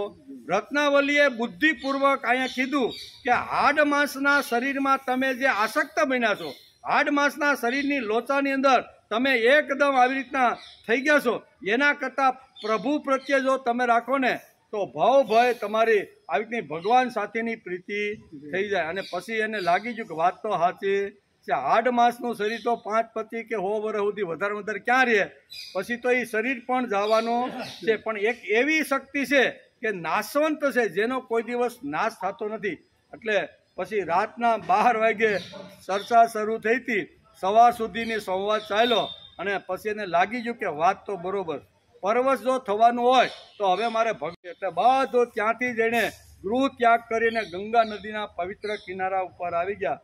અને આજે 500, 400, 500 વર્ષો થઈ ગયા, પણ તુલસીદાસ હજી જીવતા જ છે. બરાબર. જ્યારે જ્યારે એની ચોપાઈ ગાઈ, જ્યારે જ્યારે એની સ્તુતિ આપણે સાંભળી, જ્યારે જ્યારે હનુમાન ચાલીસા આપણે બોલીને, ત્યારે તુલસીદાસ જ આપણે દેખે કે આ મહાપુરુષે, આ સંતે કેટલું મોટું કામ કર્યું. એટલે પરવશની વાત આવે. શ્રીમદ ભગવદ્ ગીતા પણ પરવશ કહે છે કે કર્મ કર્યા વગર માણસ રહી શકવાનો નથી. કાં તો ગુણો ફરીજાત, સત્વ, રજ અને તમ, આ 3 ગુણો બળપૂર્વક માણસને કર્મ કરાવશે. અને કાં તો ગુણાતીત, મારે ગુણ પ્રાપ્ત કરવાના છે, એ તરફ પ્રભુ વળીને કરશે. તેથી 2 વાતો છે. સામાન્ય માણસ સુખી થવા માટે કર્મ કરે છે અને ગુણાતીત કર્મ ભગવાનના માટે કરે છે. આટલો ફેર. ગુણાતીત જે માણસીઓ છે ને એ ભગવાનને, મારા ભગવાનને ગમે છે ને, તેથી મારું ચાલવું, બાલવું, હાલવું જે કાંઈ છે ને, મારી કૃતિ જે કાંઈ છે ને, એ ભગવાનના માટે જ કરતી રહેલી છે. આ ગુણાતીતની સમજ છે. અને સામાન્ય માણસની સમજણ છે કે મારે સુખી થવું છે, તેથી હું કર્મ કરું છું. કર્મ કરું તો મને સુખ મળે, સારા પૈસા મળે, એનાથી મારો સારામાં સારું સુખ થાય. પ્રકૃતિના પરવશ કે પ્રભુના પરવશ માણસે રહેવું પડે છે, એમાં છૂટકો જ નથી. હું અહીં રત્નાવલીએ આ જ કીધું કે તમારે પરવશ જ રહેવાનું છે. એ પરવશ તો રહેવાનું જ છે. તમે આ હાડ માંસના લોસા સાથે પરવશ રહો કે પ્રભુની સાથે પરવશ રહ્યા વગર કોઈ દિવસ માણસ આગળ વધી શકતો નથી. કોઈ પણ વેલો હોય ને, વેલાનું શાકભાજી, એને જો આપણે કોઈ આધાર આપી, કોઈ દિવાલનો છે, કોઈ આવી રીતે દોરીનો આધાર આપી, તો એ વેલો એના ઉપર આધાર વગર વેલો પણ આવી રીતનો ચડી શકતો નથી. એમ આધાર તો લેવો જ પડે. કાં તો તમે ગુણનો આધાર લ્યો અને કાં તો પ્રભુનો આધાર લ્યો.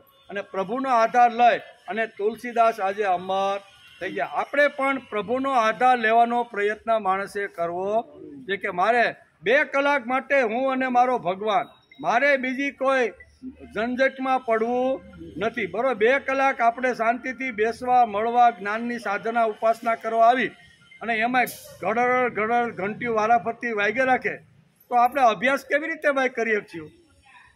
હે, કદાચ 10 વર્ષ, હું 20 વર્ષ સુધી કે 50 વર્ષ સુધી અહીં બેહીને જો આવી હાલતી હોય ને, તો માણસમાં કોઈથી ફરક પડવાનો નથી.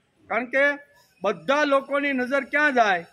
આપણે ભલે અહીં બેઠા હોય પણ મન ક્યાં પૂગી જાય કે આ ભાઈની ઘંટડી વાગી છે, બહુ સરસ છે, આવો અવાજ તો અમે કોઈ દી સાંભળ્યો. કારણ કે અલગ અલગ પ્રકારની ઘંટડી પાછી કેવી અલગ અલગ પ્રકારના વાજિંત્રો વાગે. અહીં વાજિંત્રો વગાડવાવાળાને બોલાવવા પડતા નથી. વગર બોલાવે વાજિંત્રો વાગે તો આપણી જે જ્ઞાનની સાધના છે, જ્ઞાનની ઉપાસના છે, જે ગીતામાંથી મારે કંઈક જે લેવાનું છે ને, એ કદાચ 12 વર્ષ, હું 22 વર્ષ સુધી જો બેહીને અને કામના અને વાસનાને ઘરને લઈને ભેગા જો બેહીને, તો આ કોઈ દી આવવાનો નથી. એની તો ભગવાને ગેરંટી. આવા લોકોને મિથ્યા સારી કીધા છે. હું આપણે કહેતા નથી. આ બધા કેવા છે? ઢોંગી છે, દંભી છે, મિથ્યા સારી છે. બહારની ઇન્દ્રિયથી નાના. હું તો ખુરશી ઉપર બહારની ઇન્દ્રિયો દ્વારા બધું બેઠો છું, પણ અંદર તો કોઈને હું હાલતું હોય. આ બધા મિથ્યા સારી અને ઢોંગી માણસો આપણે ન કહી શકીએ. આ તો ભગવાન કહે એટલે આપણે વાંચી નાખીએ. બરાબર ને? બંને લેવલ પર કર્મો થાય છે, પણ પ્રશ્ન એવો છે કે સામાન્ય માણસને કર્મ ચીટકે છે, જ્યારે ગુણાતીત માણસને કર્મ ચીટકતું નથી. ગુણાતીત જે થઈ ગયો ને, એને કર્મ ચીટકે નહીં એમ છે. કારણ આત્મા ગુણાતીત છે અને એટલે કે નિર્ભીત છે. કોઈ પણ ગુણ કે કોઈ પણ કર્મ ક્યારે ચીટકતું નથી. ગુણાતીત આત્માને માને છે, જ્યારે સામાન્ય માણસ છે એ વિષયોની અંદર આસક્ત થઈ જાય છે. છતાંય ઘણા માણસો કર્મ છોડવાનું કહે છે, કારણ કે કર્મમાં આવડત જોઈએ. કર્મ કરવું એટલે આવડત તો જોઈએ ને. એટલે ઘણા માણસો ઘણી રીતે કર્મ છોડવાનો પ્રયત્ન કરે છે. ભાઈ આપણે કર્મ કરવું નથી. ભગવા વસ્ત્ર પહેરી અને આપણે ગામ અથવા ઘરથી બહાર નીકળીને દૂર દૂર વયું જવું છે. શા માટે? તો કે ઘણાય માણસો કર્મ છોડવાનું વિચાર કરે છે, કારણ કે કર્મમાં આવડત જોઈએ. કર્મ કરી એટલે આવડત જોઈએ. આવડત ન હોય તો ઘરે વેચાઈ જાય ને જમીને વેચાઈ જાય, બધું વેચાય કે નહીં. એટલે આપણે આ કાંઈ ધંધામાં પડવું નથી. કર્મમાં પરિશ્રમ જોઈએ. હું કર્મ કરવા લાગે એટલે મહેનત કરવી પડે ને. 8-8, 10-10 કલાક ખેતરમાં જવું પડે, નોકરી કરતા હોય તો ઓફિસે જવું પડે, બરાબર, બિઝનેસ કરતા હોય તો ફેક્ટરી ઉપર જવું પડે, એટલે કર્મ તો કરવું પડે છે. ત્રીજી વાત છે, અહીંયા ન કરતા હોય તેવા લોકોની દુઃખની ભ્રાંતિ જુએ છે, તેથી ઘણા લોકોને કર્મ છોડવાનું મન થઈ જાય છે. કર્મમાં કેટલી ટકટક, કેટલી માથાકૂટ, અને એમાં ઓલી હીરો તૂટ્યો તો ઓલી મહેનત ગમગમાવી નાખે. એ કે આ 5 લાખનો હીરો હતો ને તે આંખોમાં બગાડી થાય કે નહીં, ટકટકાટી. હવે આ કર્મમાં પડવું એના કરતાં ભગવો પહેરી લેવાનો, ગંગા નદીને કિનારે જવાનું કે નર્મદાના કિનારે જઈ સીપીઓ ખોડીને બેસી જવાનું, કાંઈ ટકટકાટ જ નહીં, બરાબર. આપણા દર્શન કરવા આવે, આપણને પગે લાગે અને આપણા પગમાં પૈસા મૂકે. હવે આનાથી મોટો ધંધો કયો પાછો, હે? એટલે કે કર્મની ટકટકની અંદર ઘણીવાર ઘણા માણસો પડતા નથી, એના આ બધા કારણો ઘણીવાર હોય છે. પાણીનો ટાઈમ થઈ ગયો. અધ્યાય 3 અને શ્લોક 6 એમાં ભગવાનને થોડાક સાબખા પણ માર્યા છે, બરાબર ને. જે ઢોંગી અને મિથ્યાચારી છે એના માટે થોડીક લાલ લાઈટ પણ અહીંયા બતાવી છે. કર્મેન્દ્રિયાણિ સંયમ્ય ય આસ્તે મનસા સ્મરણ ઇન્દ્રિયાર્થાન વિમૂઢાત્મા મિથ્યાચાર ચ ઉચ્યતે. જે કર્મેન્દ્રિયોને, બધી ઇન્દ્રિયોને હઠપૂર્વક રોકીને મનથી ઇન્દ્રિયોના વિષયનું ચિંતન કરતો રહે છે તે મૂઢ બુદ્ધિનો મનુષ્ય મિથ્યાચારી અર્થાત દંભી કહેવાય. તે કોણ કહે છે? ભગવાન. મેં તો ખાલી એનું ગુજરાતી ભાષાંતર કર્યું. બહારથી જે ઇન્દ્રિયો છે ને એ ઇન્દ્રિયો બરોબર હોય, પણ અંદર મનથી વિષયોનું ચિંતન કરતો રહે એ કેવો છે? તો કે મિથ્યાચારી છે અને ઢોંગી છે. આ 2 શબ્દો અહીંયા આ શ્લોકની અંદર ભગવાને વાપર્યા છે. આટલું બધું ભગવાનને સમજાવ્યા પછી કહે છે કે મારે તો કર્મ છોડી દેવું છે, કર્મમાં પરિશ્રમ પડે છે. અર્જુન કેવું કહે છે? ભગવાન પાસેથી આટલું બધું સાંભળ્યા પછી પણ અર્જુન કહે છે કે મારે કર્મ છોડી દેવું છે. તેથી ભગવાન આ શ્લોકમાં કહે છે કે મૂઢ બુદ્ધિનો મનુષ્ય મિથ્યાચારી, દંભી અને ઢોંગી કહેવાય છે. આટલું સમજાવ્યા પછી પણ તું સમજતો નથી એમ? હા, કર્મ કરવામાં આવડત જોઈએ, કર્મ કરવામાં પરિશ્રમ થાય, કર્મ કરે અને તેમાં ફેલ જાય તો ઠપકો પણ સાંભળવો પડે. તેથી ઘણા લોકો અહીંયા કર્મથી દૂર ભાગવાનો પ્રયત્ન કરે છે. એટલે આપણે હવે કર્મ કરીએ તો આ ઝંઝટ આવે ને, આવા પ્રશ્ન છે. આ બધી વાતોથી થાકીને કર્મ છોડવાની વાતો કરે છે. એવા માણસને ભગવાન અહીંયા લાલ બત્તી બતાવે છે. જે કર્મ છોડી અને કનખલમાં જઈ અને નિવૃત્તિનો જે વિચાર કરે છે ને એના માટે આ શ્લોકની અંદર ભગવાન લાલ લાઈટ બતાવે છે. જે મૂઢ બુદ્ધિનો મનુષ્ય સઘળી ઇન્દ્રિયોને હઠપૂર્વક ઉપરથી રોકીને મનથી તે ઇન્દ્રિયોના વિષયનું ચિંતન કરતો રહે છે તે મિથ્યાચારથી અથવા અર્થાત દંભી છે એમ કે પછી ઢોંગી અને પાખંડી છે. આવી લાલ લાઈટ ભગવાન આ શ્લોકની અંદર બતાવે છે. ભગવાન કહે છે કે ગાડી રોકવી હોય તો રોકી લઈજો. હું તમને લાલ લાઈટ બતાવું છું. આપણે લાલ લાઈટ હોય ને જો ઘૂસી જાય તો આવે ને ઘેરે પતાકડું આવે 2 દી પછી કે ભાઈ તમે આ સ્ટોપ ઉપર આવી રીતની તમે ગાડી હાકીને ગયા આવે કે નહીં? એટલે ભગવાન આ પણ લાલ લાઈટ બતાવે છે કે ગાડીને રોકવી હોય તો રોકી લેજો અને જવા દેવી હોય તો તમારે દંડ ભર્યા વગર છૂટકો નથી. ભગવાન કહે છે કે ગાડી રોકવી હોય તો રોકી લ્યો, નહીતર એક એક્સિડન્ટ નક્કી જ છે. ગાડી ખાડામાં પડવાની છે. ગુણોને નહીં, પ્રભુને પરવશ થઈ જા. શું કે છે? ભગવાનને એકવાર જો પરવશ થઈ જાય માણસ તો બધી ઝંઝટ માણસની છૂટી જાય છે. તેથી ગુણોને નહીં, પ્રભુને પરવશને થઈને કર્મ છૂટી શકે છે. આ ખૂબ જ મોટી યાત્રા, લાંબી યાત્રા છે. 700 શ્લોક સુધીની યાત્રા છે. કેટલી? 2-5 શ્લોકની કે 2-5 દિવસની કે 1-8 મહિનાની નથી. લાંબી યાત્રા છે અને લાંબી યાત્રામાં તો થોડીક વાર તો લાગે. 5મા શ્લોકમાં કર્મ બાબતે સમજાવ્યા પછી પણ માણસ કર્મ છોડીને ભાગવાનો પ્રયત્ન કરે છે. તેને અહીં 3જા અધ્યાયના 6ઠા શ્લોકમાં ભગવાન લાલ લાઈટ બતાવે છે. અને સમજાઈ જાય તો વાંધો નહીં, નહીં સમજાય તો ખાડામાં 100% માણસ પડવાનો ને પડવાનો છે. આ જગતમાં ઢોંગી લોકો છે જે મિથ્યાચાર કરે છે, જે દંભી છે અને પાખંડી કરી ચમત્કાર કરીને સમાજને જે ઉલ્લુ બનાવે છે, તેના માટે ભગવાને આ લાલ લાઈટ ધરી છે. આ બરોબર ને? એટલે ભગવાન એનું વસ્ત્ર હરણ કરે છે. આપણી ભાષામાં કેવી છે? કેવો મિથ્યાચારી? પ્રશ્ન એ છે તો કે જેની બુદ્ધિ મૂઢ થઈ ગઈ છે ને એવો મિથ્યાચારી. અને મૂઢ માણસ બહારથી કર્મ ન કરવાનો દેખાવ કરે છે, પણ તે વિષયોને ઇન્દ્રિયોથી બળપૂર્વક પાછી વાળી લેશે. એનું મન તો વિષયોનું સ્મરણ અંદર મનથી સતત થતું રહેલું છે. આવા મિથ્યાચારી દંભી લોકો કર્મ ન કરવાના ખોટા દંભો કરે છે, કર્મ ન કરવાનો ઢોંગ કરે છે. આ શ્લોકમાં આપણે અહીંયા 6 વાતો સમજવાની છે. કેટલી?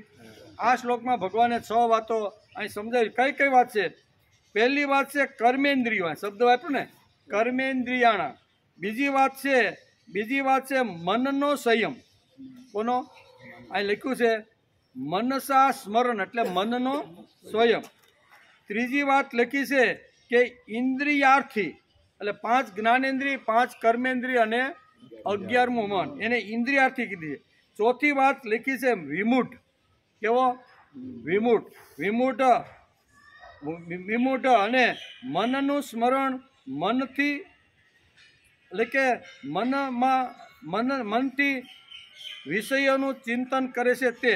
આ શ્લોકમાં આટલી વાતો ભગવાને સમજાવવાનો પ્રયત્ન કર્યો છે. આ જો 6 વાતો આપને બરોબર સમજાઈ જાય તો આ શ્લોક બરોબર આપણને સમજાય જાય એમ. અર્જુન કહે છે કે મારે યુદ્ધ નથી કરવું, કર્મ છોડી દેવું છે, કર્મ ઘોર છે, કર્મ દોષવાળું છે. અર્જુનનું આ જોઈને આપણે કામચોર કહેવા લાગ્યા કે મારે પણ કરવું નથી એમ. અર્જુને ના પાડતો તો આપણે શું વાંધો, આપણે હવે કર્મ કરવું નથી. આવા લોકો માટે ભગવાનને લાલ બત્તી આ શ્લોકની અંદર બતાવી છે. તમે કોને કર્મ કહો છો? તમારું મન તો અંદરથી વિષયનું હંમેશા ચિંતન કરે છે. આવા ઢોંગીને લાલ બત્તી બતાવી છે. 5 જ્ઞાનેન્દ્રિય, 5 કર્મેન્દ્રિયો અને 1 મન, આ 11 ઇન્દ્રિયોથી કર્મ થાય છે. કર્મ તો થાય ને, આપણે શાંતિથી બેઠા હોય તો કર્મ તો થાય જ. એમ મનની અંદર પણ ઘણા બધા કર્મ, પણ અંદર તો વિષયોનું સ્મરણ થતું હોય છે. 5 જ્ઞાનેન્દ્રિયો, 5 કર્મેન્દ્રિયો અને 1 મન, આ 11 ઇન્દ્રિયોથી સતત હંમેશા માનવી જીવનમાં કર્મ થતા રહેલા છે. શું? એટલે કે મુખ, પાણી એટલે હાથ, પગ, જનેન્દ્રિય અને ગુદા, આ કર્મેન્દ્રિયો છે. 5 કર્મેન્દ્રિય કહે તો કે હાથ છે, પગ છે, વાણી છે, ગુદા છે અને જનેન્દ્રિય, 5 કર્મેન્દ્રિય છે. એની સામે શ્રોત્ર, ત્વચા, નેત્ર, રસના અને ઘ્રાણ, આ જ્ઞાનેન્દ્રિયો છે. 5 જ્ઞાનેન્દ્રિય, 5 કર્મેન્દ્રિય અને 11મું મન, એની વાત અહીં કરે છે. આ ઇન્દ્રિયો વિષયોને પકડે છે. શબ્દ, સ્પર્શ, રૂપ, રસ અને ગંધ, આ 5 વિષયો છે. આ ઇન્દ્રિયો હંમેશા એને પકડવાનો પ્રયત્ન કરે છે. શબ્દ, સ્પર્શ, રૂપ, રસ અને ગંધ, આ જે વિષયો છે ને એ વિષયોને આપણી 5 જે રસેન્દ્રિયથી શરૂઆત કરી બધી પકડવાનો પ્રયત્ન કરે છે. આ ઇન્દ્રિયો વિષયોને પકડે છે. શબ્દ, સ્પર્શ, રૂપ, રસ અને ગંધ, આ બધાની પાછળ મનની ક્રિયાઓ છે. તેથી મનને પણ ઇન્દ્રિયોમાં શાસ્ત્રકારોએ સમાવેશ કરી લીધો છે. અલગ નહીં, આ ઇન્દ્રિયોની અંદર પણ મનને અહીંયા શાસ્ત્રકારોએ વણી લીધું છે. સંયમ એટલે નિયમન. સંયમ એટલે નિયમન. આપણે ભાઈ આપણો સંયમ છે કે ભાઈ એકાદશીના દિવસે મારે ભોજન લેવું નથી, આ સંયમ એટલે એ નિયમ. આપણે નિયમ પાળવા જોઈએ. એટલે કે ઘોડાને પાસા વાળવાના છે, બળપૂર્વક પાસી વળતા, એટલે કે વાળવી અને રોકી રાખવી, વિષયોથી દૂર આ ઇન્દ્રિયોને રાખવી. બરોબર? તેથી આ શ્લોકની અંદર આ વાતો સમજાવી છે. તેથી આ શ્લોકમાં ભગવાન કહે છે કે કર્મેન્દ્રિયો, મનનો સંયમ, ઇન્દ્રિયોનો વિષય, વિમૂઢ, મિથ્યાચારી અને છઠ્ઠું છે મનથી ચિંતન. આ 6 વાતો આ શ્લોકની અંદર ભગવાન અર્જુનને સમજાવે છે કે ઇન્દ્રિયોને વિષયો એટલે કે ઇન્દ્રિયોને વિષયોથી રોકી રાખી છે, પણ મનમાં તો બધા તોફાનો ચાલતા રહેલા. મનની અંદર વિષયોનું હંમેશા ચિંતન એટલે ભમતું રહેલું છે. મનથી રસનું સ્મરણ કરવાનું ચાલે છે, પણ એટલે કે પગથી ચલન ક્રિયા માણસે રોકી રાખી છે, પણ મનથી ક્રિયા કરવાનું તો ચાલુ જ છે. બરાબર, ચલન એટલે પગથી આપણે ઘણીવાર કહીએ કે આપણો સંયમ આપણો નિયમ છે, આપણે તો આવી રીતના છે, પણ અંદર તો આવી રીતની મનની ક્રિયાઓ તો બધું ચાલુ છે. એમ સ્પષ્ટ આ શ્લોકની અંદર અહીંયા ભગવાન સમજાવે છે. બીજી વાત, કર્મેન્દ્રિયોને માત્ર સંયમમાં રાખીને ઇન્દ્રિયો મનમાં વિષયોનું સ્મરણ કરશે તો એ માણસ વિમૂઢાત્મા છે, દંભી છે, ઢોંગી છે, પાખંડી છે. બરોબર, અને આવી રીતના ભગવાન અહીંયા વિમૂઢાત્મા શબ્દ વાપરી અને મિથ્યાચાર કેવી રીતનો હોય એનું વર્ણન ભગવાન કરે છે કે મિથ્યાચારી છે, દંભી છે, ઢોંગી છે. કોણ? તો કે બહારથી ઇન્દ્રિયોને સંયમિત રાખે છે, પણ મનથી અંદર રહેલી જે ઇન્દ્રિયો છે એને વિષયો સાથે તો હંમેશા જોડી રાખેલી હોય છે. વિમૂઢાત્મા ભગવાને બરાબર આ શ્લોકની અંદર એક શબ્દ વાપરી અને અર્જુનને લાલ લાટ બતાવી છે કે હે અર્જુન, વિમૂઢાત્મા, વિમૂઢ વત્તા આત્મા બે અર્થમાં નીકળે. વિમૂઢ વત્તા આત્મા એટલે મન, અંતઃકરણ લેવું એમ. આત્મા એટલે કેવું? આત્મા એટલે અંતઃકરણ. તો અંતઃકરણની અંદર તો આ બધા વિષયોની વાસના તો બધી ચાલુ છે. વિમૂઢ એટલે મિથ્યાચારી, વિમૂઢ એટલે ઢોંગી, વિમૂઢ એટલે દંભી છે. આપણે ત્યાં એક શબ્દ છે વિનમ્ર. નમ્ર તો ખરો, પણ વિશેષ રીતે એને વિનમ્ર કહેવામાં પણ ઘણીવાર આવે. નમ્ર તો છે, પણ વિશેષ પ્રકારના ગુણો જેની પાસે હોય એને વિનમ્ર કહેવામાં આવે છે. તેવી રીતે વિમૂઢ એમ. તો પ્રશ્ન થાય કે મૂઢ એટલે શું એમ? તો બીજો વિમૂઢ એટલે ભગવાને વિમૂઢ શબ્દ વાપર્યો છે. તો પછી પ્રશ્ન થાય કે મૂઢ એટલે કોણ? મૂઢ એટલે શું? જેણે શાસ્ત્રો વાંચેલા છે પણ પૂરી સમજ ઊભી થઈ નથી, આને વિમૂઢ કહેવાય. શાસ્ત્રનો પૂર્ણ અભ્યાસ કરેલો છે પણ એની સમજણ પૂરી એના મનમાં ફિટ થઈ નથી, આવા લોકોને વિમૂઢ કહેવામાં આવે છે. આની પાસે કાર્ય અકાર્યનો વિવેક નથી. મૂઢ માણસ હોય છે ને, એની પાસે કાર્ય કરવું કે નહીં કરવું, ખાવું કે નહીં ખાવું, જાવું કે નહીં જવું, એનો કોઈ પ્રકારનો વિવેક હોતો નથી. સત અસતનો વિવેક પણ ગુમાવી દીધો. સત કોને કહેવાય અને અસત કોને કહેવાય એનો જે વિવેક માણસની અંદર જે હોવો જોઈએ, સમજણ હોવી જોઈએ, એ સમજણને જે ગુમાવી દે છે ને તેને મૂઢ કહેવામાં આવે છે. ભગવાન આને વિમૂઢ કહે છે. હિત અને અહિત, મારું હિત શેમાં છે અને અહિત શેમાં છે એ જે જાણતો નથી ને એને મૂઢ કહેવામાં આવે છે.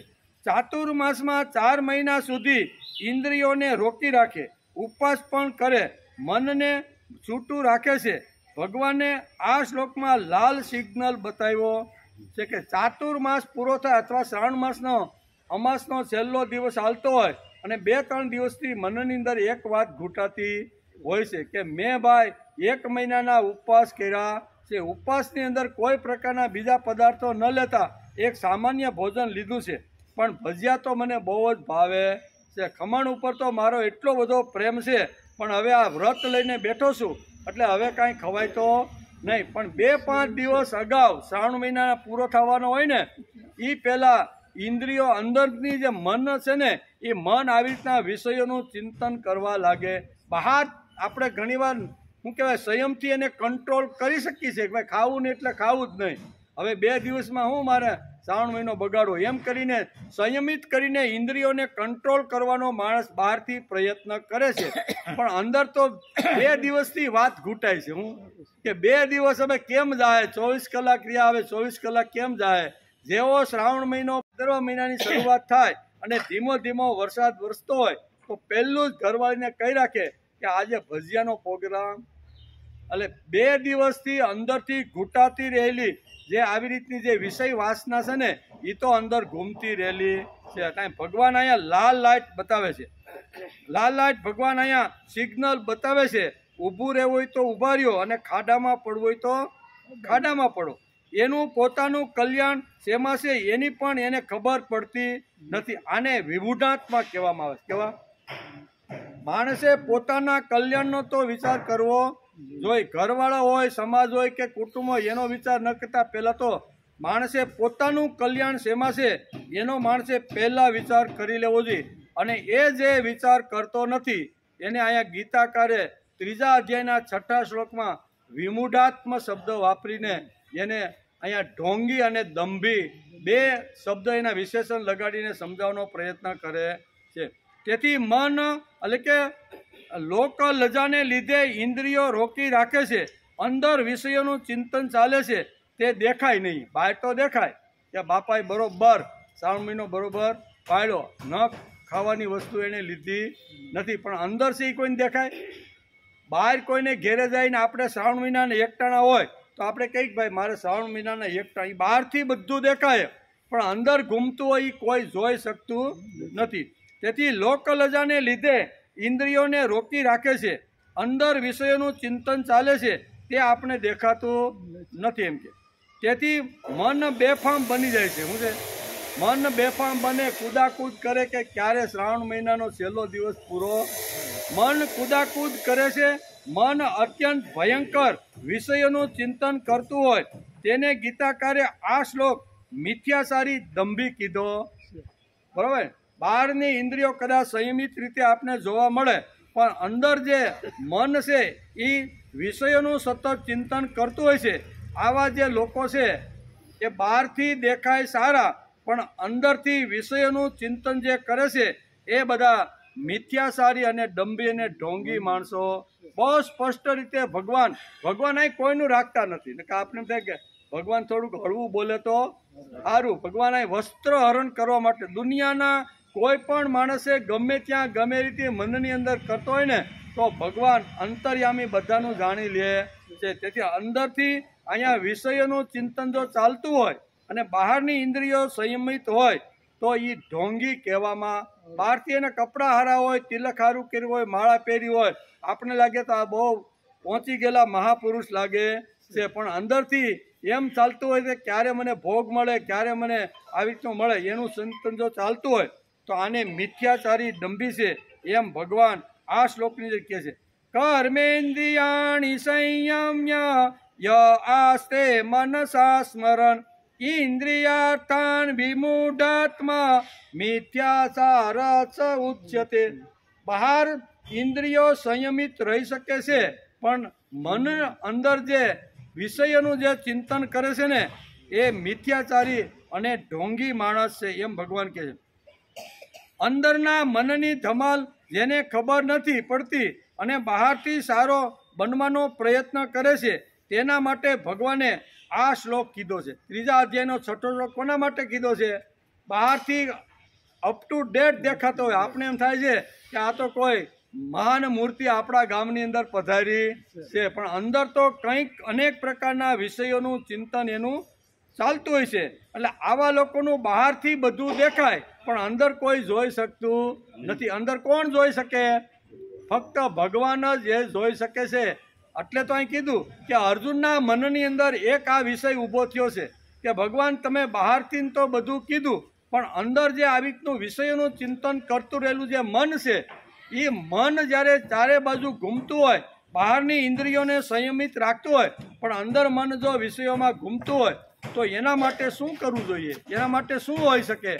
આવો પ્રશ્ન અહીંયા અર્જુન ભગવાનને પૂછે છે અને એના જવાબની અંદર ભગવાન આ વાતો કરે છે કે અંદરના મનની ધમાલ જેને ખબર નથી પડતી અને બહારથી સારો બનવાનો પ્રયત્ન કરે છે તેના માટે ભગવાને આ 3 અધ્યાયના 6 શ્લોકની અંદર આ સમજણ આપી છે. મિથ્યાચાર સત પણ નથી અને અસત પણ નથી. કેવો? મિથ્યાચારી, અહીં દંભી શબ્દ એક ભગવાને બહુ સરસ વાપર્યો છે કે દંભી અને મિથ્યાચારી આ બંને એવા છે કે જેને સત અને અસતની પણ ખબર નથી અથવા એના ઉપર અસર થતી નથી. મિથ્યાચાર સત પણ નથી અને અસત પણ નથી. સત જેવું લાગે છે પણ તે સત હોતું, બહારથી લાગે કે આ સત છે પણ એ અસત જેમ ઝાંઝવાના જળ જેવી છે વાયા. ઝાંઝવાના જળ દૂરથી આપણે લાગે કાંઈ બરોબર પાણી બરોબર આપણે થોડાક કિલોમીટર હાલશું ને એટલે પાણીનું બરોબર મોટું તળાવ મળશે, પણ એ ઝાંઝવાના બધા જળ હોય છે. તેથી મિથ્યાચાર એટલે સત પણ નથી અને અસત પણ નથી. સત જેવું લાગે છે પણ તે સત હોતું નથી. તે મિથ્યાચારી છે, તે ઢોંગી છે, તે દંભી છે, ઇન્દ્રિયોને પોષે છે, જેમાં સતનું ઠેકાણું નથી અને શ્રીનો પતો નથી. આવા ઢોંગીઓ નામ પોતાનું ધારણ કરવા માટે લોકોના પૈસે ઘણું બધું કરતા રહેલા છે. આવા ઢોંગીઓને ભગવાને બરોબર અહીંયા ફટકા મારવાનો પ્રયત્ન કર્યો છે. લોકોના પૈસે જે તાગડ ધીંગા જે કરે છે બરોબર ને, 20-25-50 લાખની ગાડીમાં બેહી અને ફરે છે, ફરે કે નહીં, 2-3 લાખના ફોન એના બરોબર, ભલે ભગવો પહેર્યો હોય પણ એની પાસે આવા ફોન તો એની પાસે હોય ને હોય. એટલે બહારનો જે દેખાવ છે એ બહારનો અપ ટુ ડેટ હોય બધી રીતે.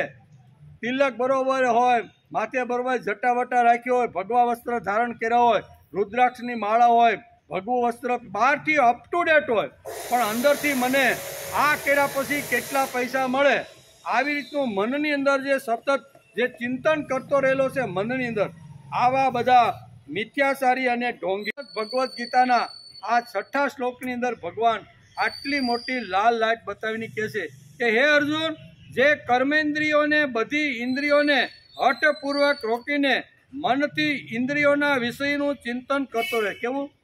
મનથી ઇન્દ્રિયોના વિષયોનું ચિંતન જે કરે છે તેના માટે છે, બધા માટે નથી. એમ કે અમે તો આવું કરતા નથી. આ ભગવાન બહુ કહે છે કે જે વિષયનું ચિંતન કરતો રહે છે તે મૂઢ બુદ્ધિનો મનુષ્ય મિથ્યાચારી અર્થાત દંભી, ઢોંગી અને પાખંડી છે, એમ ભગવાન આ શ્લોકની અંદર કહે છે. બીજો આગળ કહે છે કર્મેન્દ્રિયના સંયમ્યમ મિથ્યાચારસ ઉચ્યતે. અહીં કર્મેન્દ્રિયાણી પદનો અભિપ્રાય 5 કર્મેન્દ્રિયો, 5 જ્ઞાનેન્દ્રિયો અને 11મું મન એનો ઉલ્લેખ અહીંયા ભગવાને કરેલો છે. તેથી કહે છે શ્રોત્ર, ત્વચા, નેત્ર, રસના અને ઘ્રાણ પણ થાય છે, કેમ કે જ્ઞાનેન્દ્રિયો વિના કેવળ કર્મેન્દ્રિય કર્મો કરી શકતી. જ્ઞાન હોય પણ કર્મેન્દ્રિયને જો સહકાર ન આપે તો કર્મ કોઈ થતું નથી. એટલે બે મળીને કર્મ થાય. જ્ઞાનેન્દ્રિય વત્તા કર્મેન્દ્રિય એ બે ભેગી થાય, નિર્ણય કરે 10-10 કે આપણે કયું કામ કરવું છે, કોના ઉપર એટેક કરવો છે, કેને કેવું.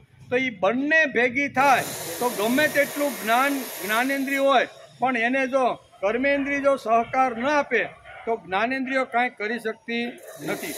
તે સિવાય કેવળ હાથ, પગ વગેરે કર્મેન્દ્રિયને રોકવાથી તથા આંખ, કાન વગેરે જ્ઞાનેન્દ્રિયોને નહીં રોકવાથી પૂરો મિથ્યાચાર પણ સિદ્ધ થતો નથી. ગીતામાં કર્મેન્દ્રિયની અંતર્ગત જ જ્ઞાનેન્દ્રિયો ગણી લીધી છે. એટલા માટે ગીતામાં કર્મેન્દ્રિય શબ્દ તો આવે છે પણ જ્ઞાનેન્દ્રિય શબ્દ ક્યાંય નથી આવતો. 5મા અધ્યાયમાં 8મા અને 9મા શ્લોકમાં જોવું, સાંભળવું, સ્પર્શ કરવો વગેરે જ્ઞાનેન્દ્રિયની ક્રિયાઓને પણ કર્મેન્દ્રિયો ક્રિયાઓની સાથે સામેલ કરવામાં આવે છે. જેથી સિદ્ધ થાય છે કે ગીતા જ્ઞાનેન્દ્રિયો અને કર્મેન્દ્રિયોને જ માને છે.